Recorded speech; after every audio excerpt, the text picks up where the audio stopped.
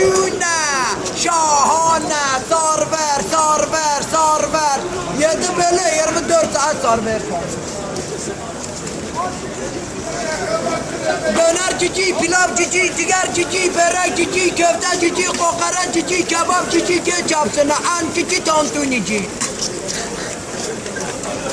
An cici, tantunici de bizim tantunici. Sarver. Toplam.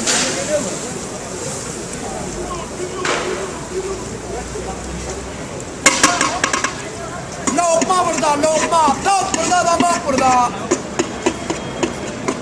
Taze taze, canlı canlı, sana sana abone anne.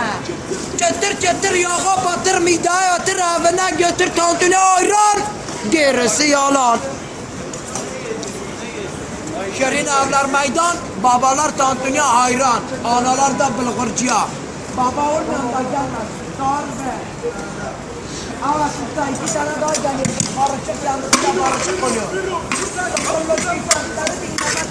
Hoş geldiniz. Salonumuz klimalı. Sigara içmek, yes, you can smoke, no problem, serbest. Şirin evler semtir. Everybody eat tantuni, roll and beef. Roll and beef, the best tantuni is here. Roll and beef, very delicious. Biliyorum.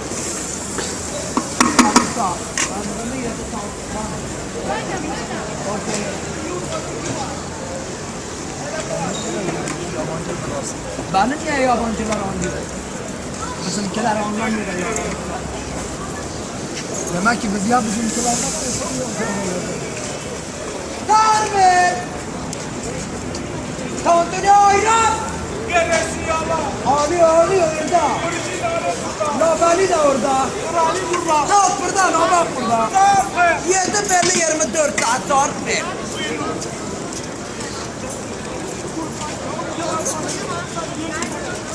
Gönderici tantuni.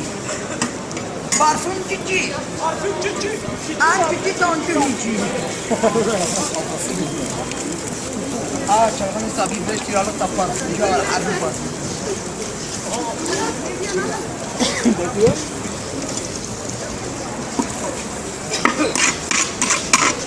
Lokma burada lokma. Deniz manzaralı salonumuz üst katta. İkyana boğa sürü. Adalara, modalara, kart kodu sigortalı. Hülya Üsar'la yazıktır. Regin 4 kilo da borcu kaldı biliyorum.